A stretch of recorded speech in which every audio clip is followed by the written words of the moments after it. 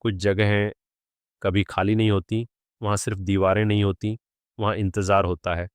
उत्तर प्रदेश के एक छोटे से गांव के बाहर एक पुरानी हवेली खड़ी थी। लोग उसे काली हवेली कहते थे।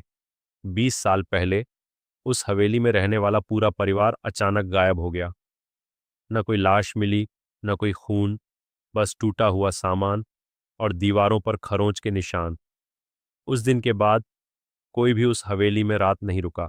लेकिन हर कहानी में कोई ना कोई होता है जो इन बातों पर विश्वास नहीं करता।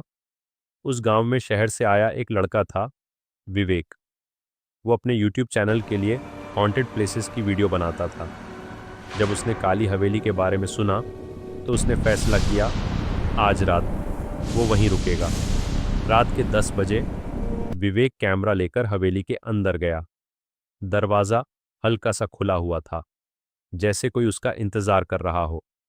अंदर धूल, टूटी कुर्सियां और एक बड़ा सा सीढ़ियों वाला हॉल। विवेक ने कैमरे में कहा, यही है आखिरी दरवाजा। तभी ऊपर से किसी के कदमों की आवाज़ आई। थक थक थक। सीढ़ियों के ऊपर विवेक धीरे धीरे सीढ़ियां चढ़ा। ऊपर एक लंबा गलियारा था और आखिर में एक दरवाज़ा। बाकी सारे कमरे खुले थे, लेकिन वो आखिरी दरवाज़ा बंद था। दरवाजे पर खरोंच के निशान थे, जैसे अंदर से किसी ने बाहर आने की कोशिश की हो। विवेक ने कैमरे में फुसफुसाकर कहा। यही है आखिरी दरवाजा।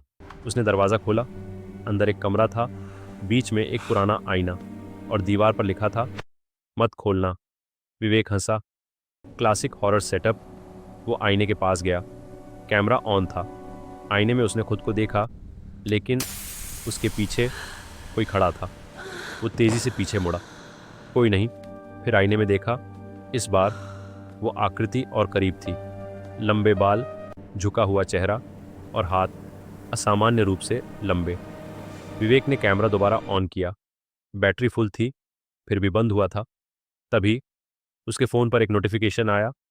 लाइव स्ट्रीम अपने आप शुरू हो चुकी थी और हज़ारों लोग कमेंट कर रहे थे, तेरे पीछे कौन है?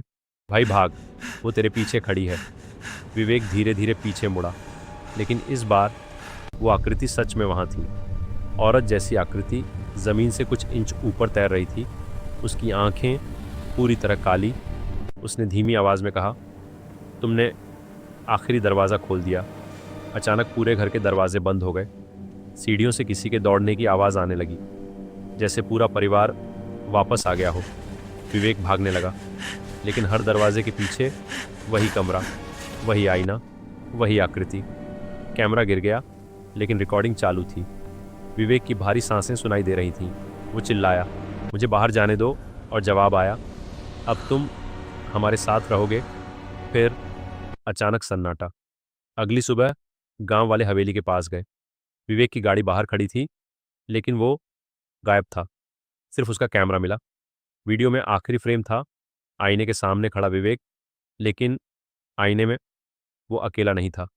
उसके बगल में एक और चेहरा था और कैमरे के पीछे कोई खड़ा था।